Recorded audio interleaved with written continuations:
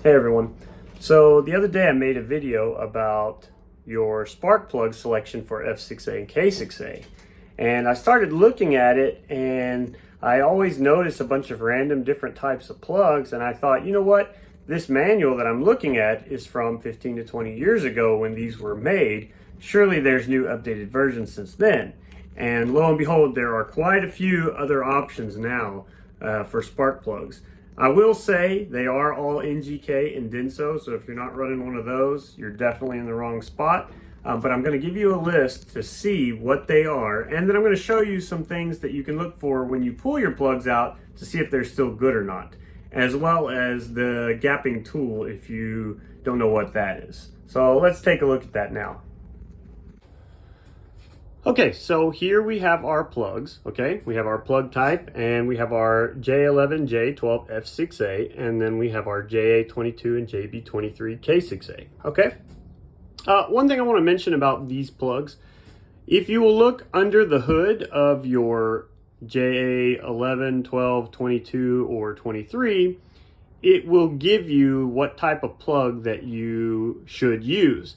However, let's remember those are 20 to 25, maybe even 30 years old.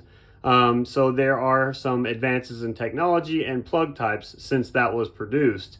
As far as what we were using previously, we used the 15-year-old manual, which also has some upgrades since then. So these are the new recommended plug versions, okay? And the ones by the star with the stars by them, those are the original plug types, okay? And those are non-iridium plugs. Even for the K6A, those are non-iridium plugs, which implies that you could run regular fuel with them. Now, if you've ever heard me talk about K6A, I always recommend running premium or supreme fuel, just because they always have a bunch of valve problems and such. So we'll get into that in a minute. So what's the difference between iridium plugs and a regular plug? We'll also get into that in a minute, and I'll show you the difference with some examples. Okay, so these are your basics. And then you have the iridium versions for F6A, okay?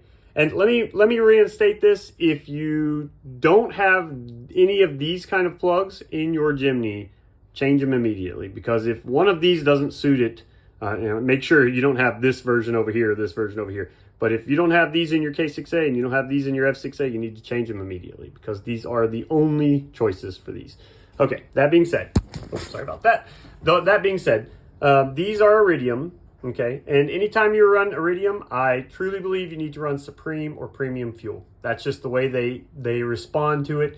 What's the difference in these and these versus the factory? If you look up NGK and DENSO, they'll say, well, this one lasts longer. This one is for performance. And are you really gaining much out of it? Probably not really.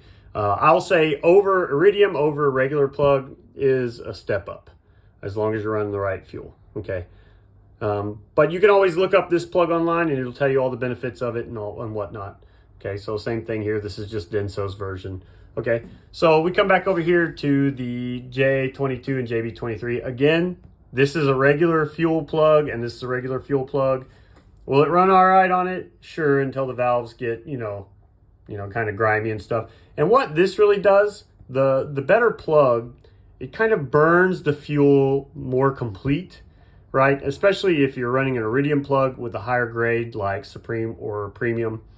And that'll help to keep excess fuel from building up on the backside of the valves and causing a valve to melt or something catastrophic in that sense.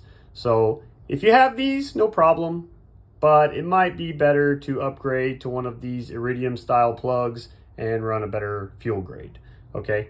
So let's look at a couple of examples of some plugs. Okay, here we have quite a few examples. First, I'm going to show you what the difference between a regular plug and an iridium plug is. Okay, so this is that NGK DCPR7E. Okay, just like we saw on the list, this is the original K6A plug. Okay, this is a non-iridium plug. Can you run regular fuel on this? You can. That would be the only type of plug I would. Okay, so that is what a factory standard plug looks like. That's why Suzuki will tell you you can run regular fuel on these. Okay, now Here's a BKR6EIXP. Okay, now this is not a Jimny plug, technically, okay? Would it work in the Jimny? It might, but it's not the right plug. See, it's an R6EIX. So Jimny runs a 7 EIX, okay? However, the point of this is I want to show you that this is an iridium point, okay? So we'll see another one here. These are what iridium plugs look like. They have a point there at the top, okay? Here's an F6A original plug, okay? Now, when you take your plugs out, you're going to wonder what to look for, okay? So let's have a look at one of these here. This plug, I would say, is probably burning okay. You might even be able to look for a white, it's kind of hard to see here, a white, you can see it kind of there.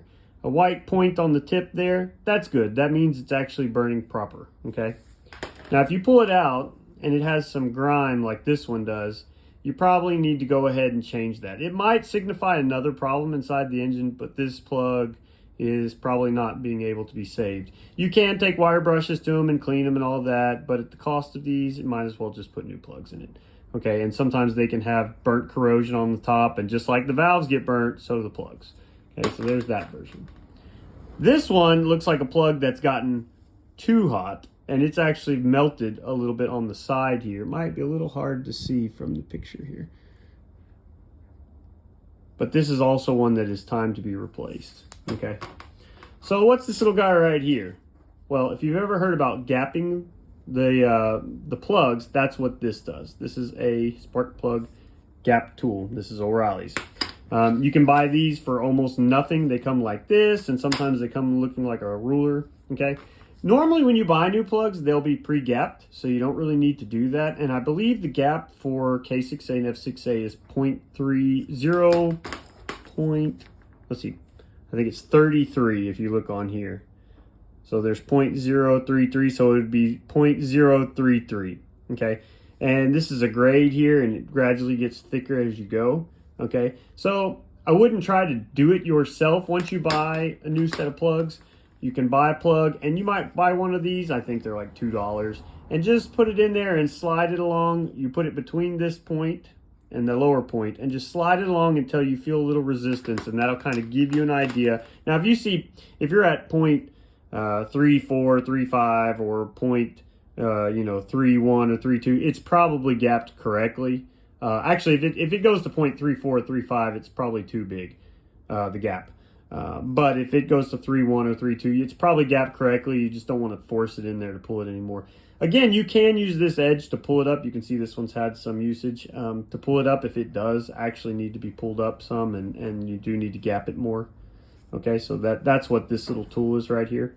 But usually when you buy brand new plugs, they'll be coming in the box pre-gapped, so you don't normally have to worry about that. Anyway, this is just a little helpful tip. I'm going to try to give you some pointers here and there every couple of weeks to let you kind of advance your maintenance. So as long as you're on target with those plugs that we talked about on the list, you should be in good shape. Plugs can also kind of tell you what's going on inside. If they're super black and dirty and you're misfiring real bad and everything, you may have a problem with the rings or the valves. If they're burned like, which one was it? This guy right here? This guy. If they're burned like this, you may have some other kind of problem going on where it's getting too hot in the cylinder, maybe even some detonation. If they're kind of dirty, but they still got good burn on the top, I forget which one, just like this guy right here, then you're probably doing okay. That looks like a pretty clean burn. I wouldn't worry about a plug that looked like that. You can also find online what different burns mean. Just have to Google it. So hope this is helpful, and see you next time.